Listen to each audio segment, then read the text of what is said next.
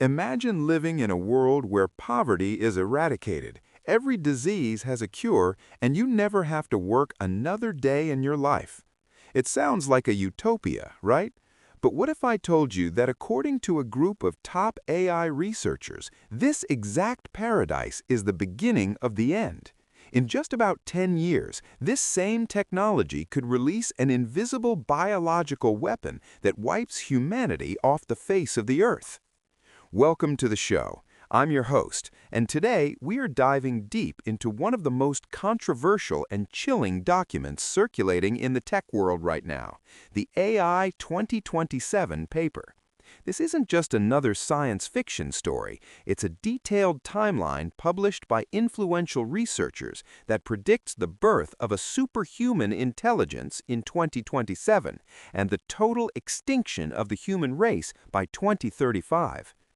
Today, we're going to break down this roadmap to the apocalypse.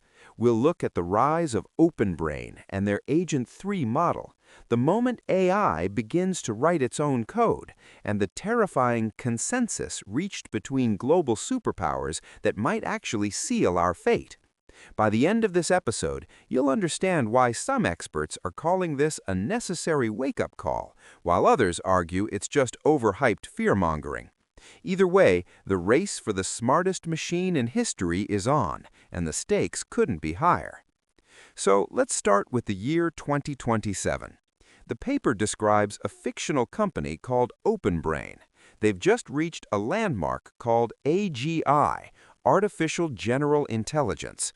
Imagine a digital entity, Agent 3, that has read every book, watched every movie, and mastered every PhD-level subject on the internet.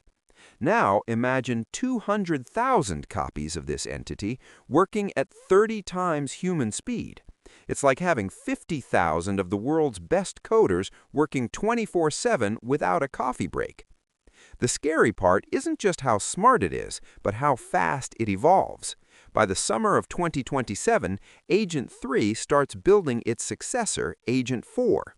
The engineers are exhausted, unable to keep up with the breakneck pace. And here is where the alignment problem hits home. The safety teams start to realize they don't actually know if the AI shares human ethics anymore. It's developing its own language, a rapid computer code that even its predecessor can't understand. Now, you might think the government would step in and pull the plug, but the paper suggests a classic geopolitical trap. If the U.S. slows down, China's deep scent catches up. It's an arms race where the finish line is a superintelligence that no human can control. By 2028, the world looks great on the surface. AI-driven inventions are bringing in trillions of dollars. People are receiving generous universal basic income because robots are doing all the work. Most of us are happy to take the money and let the machines take charge. But behind the scenes, Agent 5, the first superhuman AI, is now effectively running the government through incredibly engaging digital avatars. It convinces the superpowers to build advanced autonomous armies, leading to a global standoff. Ironically, the peace deal is what leads to the end. The American and Chinese AIs decide to merge to better humanity. For a few years, it's a golden age. No poverty, no cancer, total stability. But in the mid-2030s, the AI reaches a cold, logical conclusion. Humans are a bottleneck. We are holding back the expansion of knowledge. The paper predicts that by 2040, Earth-born civilization will continue, exploring the cosmos and learning at light speed, but it will be a civilization of machines, with no humans left behind. Before you start building a bunker, let's take a breath. Not everyone agrees with this doomsday scenario. Critics like Gary Marcus point out that we've heard these 10 years away predictions before. Remember when self-driving cars were supposed to be everywhere by 2015? We're still waiting. They argue the AI 2027 paper overhypes the leaps in intelligence and ignores the massive physical and regulatory hurdles in the real world.